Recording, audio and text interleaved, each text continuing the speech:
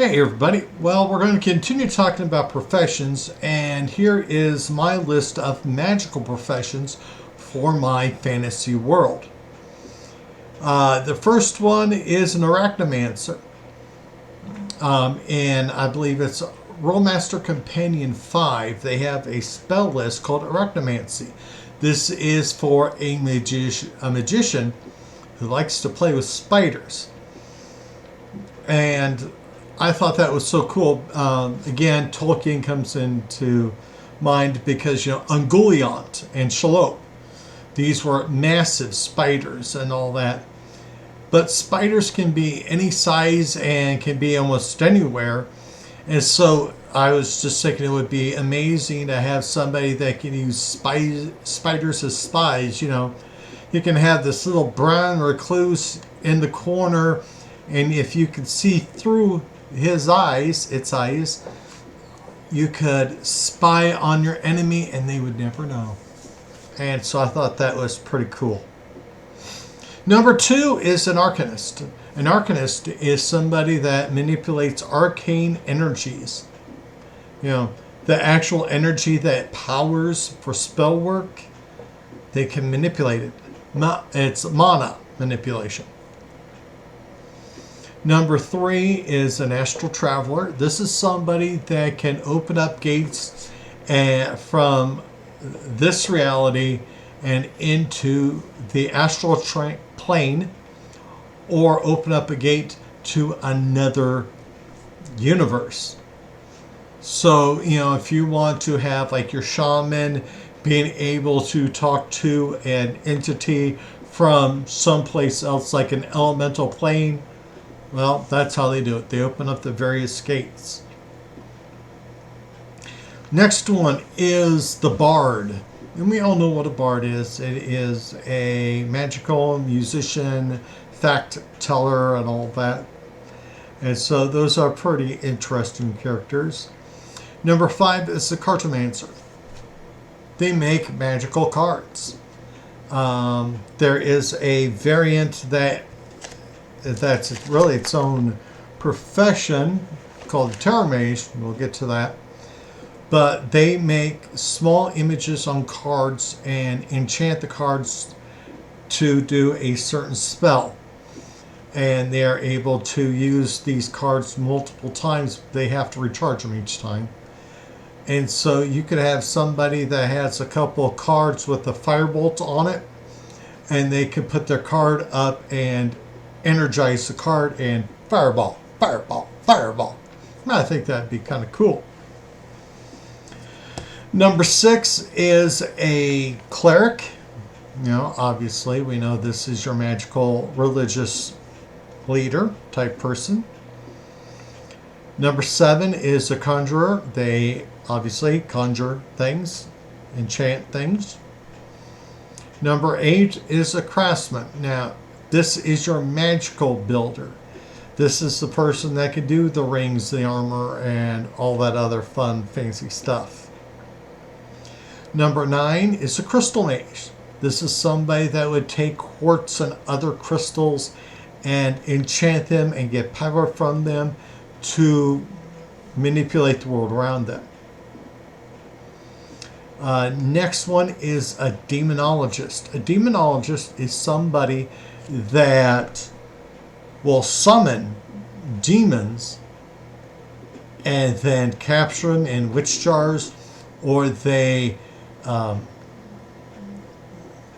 connect them to themselves so they can absorb the energies and the sometimes bad aspects of an entity to gain power. A dervish is a magical dancer. This is somebody that would use like teledances and seduction dances to manipulate the world around them. Number 12, one of my favorites, is the Dragon Lord. This is somebody that wants to work with dragons and eventually become a dragon. We have elemental hunters. I will have an elemental plane in my world. And so I have a list of professions. that work in just the elemental worlds. An elemental hunter is somebody that goes up against elementals and golems to destroy them. An elemental lord is a PC that is trying to gather as much of a specific element to control an area. Elemental mage is somebody that uses elemental energies, magics to change the world. This is the person that would be the expert in casting fireballs and firebolts. They can use all the elements. I disagreed with the Rolemaster system that said that, they have their core element, like water, and then they have an opposing element, fire. No, I believe that they could use all elements equally. Elemental conjurer is an conjurer. Again, this is somebody that would summon up an elemental or of some sort to get the results. And elemental warrior is somebody that uses elemental energies to enhance their fighting ability. We got the enchanter, who is somebody that will make a magical sword. They're the ones who put the special abilities in a sword. Whereas a craftsman can build a magical sword. Yes, it's high quality and it can do an +5 damage, but until the enchanter touches it, you can't get it to do double damage or slaying criticals and all that. Force mage. Oh, this is one of my favorite professions. Force mage is somebody that uses, well, obviously force. So they would be using gravity, inertia to affect the world. They can create barriers of force to protect themselves. So whereas an elementalist would be using elemental energy, the force mage is going to be using the power of force or preventing force to control a battlefield. Number 20 is a healer. I don't do the Rolemaster because they have healers and lay healers. I don't have the lay healer who does laying of hands and absorbs the injuries. Yeah, I don't do that. An illusionist. We all know what an illusionist is. They're the ones that can make you see things that aren't there. The macabre. Now this is somebody who wants you sick. They will go after people by making them sick, making them doubt, nightmares, and things like that. Mostly it's making them sick. Diseases. A mage hunter is a witch hunter with magical abilities. They are not against all mages, but there are certain types that they think need to be eliminated. A magent is a magical spy / scout. This is somebody that is going to infiltrate and use magical abilities in their assassin skills. 25 is the magus, word mage. This is somebody that can use words of command. Somebody who can tell somebody to be calm, and by saying that word, none of those people out. I think that's pretty interesting. Maleficent, this is somebody that uses nightmares to torment people. You give them, you take away their abilities by implanting thoughts while they sleep, and you can create a dream world where you can actually affect them physically. Mentalist, this is self-explanatory. We all know a mentalist uses his mind to read minds. Think Charles Xavier from X-Men. A missionary Now, this is a magic using religious person that goes out to spread their faith, but also perform similar tasks as a cleric. So they don't have all the finesse of a cleric, and they're not as strong as a paladin. Kind of picture a cross between a cleric and a paladin, and you would have a missionary. A monk, well, this is a Buddhist monk, a martial artist, and that is more into chi and such. Montauban is profession 30 on my list. This is a magic using thief, con man. Sleight of hand, that's what they would be working on. Another one of the weird professions that I have is the moon mage. This is in one of the RMCs as well, and it's about metamorphosis and lunar insanity.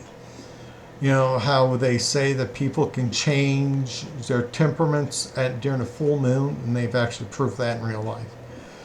But this is somebody that can cause emotional change. They can use light and dark spells. It is, some people would say it's a weak profession, but if done right, it can be quite interesting. Number 32 is what I call a naturalist. This is your druid or an animist professions. I call them naturalists because of my research into druids, and it doesn't fit what I want. A naturalist is somebody that uses nature, the nature around them. They could be in a forest. They could summon animals, animate trees. They could pick up a wooden branch and make it into a staff. They can do a lot of very interesting things in nature. 33 is a necromancer. Obviously, this is somebody that works with, manipulates the dead. 34 is an overlord. This is your evil lord. This is somebody that wants to dominate over people, and they have controlling spells in their arsenal. They are just all about darkness and domination, I guess would be the nice way to put it. Paladin, we all know what a paladin is. Now, my paladins are a little bit different because of my game and world. A lot of people will always take a paladin to be a Christian construct, and where only paladins can follow God. And then anybody that doesn't follow God is considered an anti-paladin or a black paladin. In my world, a paladin is any religious warrior that follows a god or gods. So, in my world, you could have a Norse paladin that honors Odin. And I think that would add a lot of flair. And so you can also have orc paladins that follow an orc god. Same thing with the dwarves, hobbits. You know, it could add a lot more oomph to characters in all races. Number 36 is a sycophant. Whereas a mentalist uses their mental powers to affect other people's minds, a sycophant uses their mental powers physically. Telekinesis. Okay, they are able to use their mind to cast fire. They can move objects, and that's what a sycophant does. It creates somebody that can be quite wicked at times, in my opinion. Number 37 is a ranger. we obviously know a ranger is. This is somebody that has magical skills and is very good at moving and fighting in nature. 38 is a sigilist. This is a rename for the rune master. Somebody that can take sigils or runes and enchant them with magic. Again, this was rewritten to be a sigilist because there is such a overuse of the word runes for this and runes for that. And so I took a more obscure meaning and assigned it for that profession. A sage is a magical scholar. And so they would be more in your colleges and your academies, universities. They might be an advisor to a king. Number 40 is the seer. This is your fortune teller, somebody that could watch the stars, do tea leaves, and that to predict the future, to catch glimpses of the future. 41 is the shaman. We all know what shamans are. They do the spirit quests, they do the trances to gain information from the other worlds, the other realms. And so those are very interesting. Next up is the tarot mage. They use the tarot deck as sources of magic. They could take like the Emperor card and gain knowledge and strength from the Emperor card. They might be able to take one of the cards that is more of duress, cast that onto your opponent to take away their abilities or diminish their abilities. Vigilante is your magical scout. They are vigilant. They observe, they watch. Number 44, I also got to explain, is a warlock. Now this isn't actually an evil character. With Rolemaster, there were so many spell lists for witches. I decided that I was going to separate them. I, of course, study magic in the real world, and a warlock is what they call a left-handed magician. They do things that are just a little bit darker. And so they have their share of spell lists that fit their slightly darker viewpoint. Then you got the warrior mage. This is somebody that uses magic to enhance their actions, their ability to fight and evade in combat. So whereas the monk, the warrior mage, the martial artists, they are skilled, in hand-to-hand combat, the warrior mage uses magic for their enhancements. Number 46 is the war mage. This is one that I made up completely many years ago. A war mage uses magic to improve their fighting skill, but the fighting skills of others that are on their side. They could do a battle cry, and if it succeeds, all the men that could hear him will get like a +10 modifier on their next set of attacks. They can also do a battle cry that can affect the enemy and make them nervous, and they would lose like maybe 10, 20 in their next attack. I think that's a unique profession. Number 47 is witch. Now this is the right-handed version of our modern day witches. Some call them Wiccans and all that. They are out to help people. They have some medical skills and all that, but they do the candle magics. They use the stones and crystals and all that, and they brew stuff. So they're kind of interesting. And the last profession, number 48, is a wizard. A wizard is somebody that can manipulate spells. So if you are casting a spell, and if the wizard can get an idea what type of spell it is, they can do maybe a counter spell to nullify the spell that you were just trying to cast. Or if they're on your side, they could cast a spell to improve it. So let's say you're doing a fireball on this group of orcs over here, and your wizard friend knows it. He could make it stronger. And so their magic is all about manipulating the spells around them and countering spells around them. So those are my 48 professions that I have for spell users. I hope you like some of them. Most of them you probably already know. So leave comments below. Maybe you have a unique spell user as well, and I would love to hear it. So everybody, please take care. Be at peace.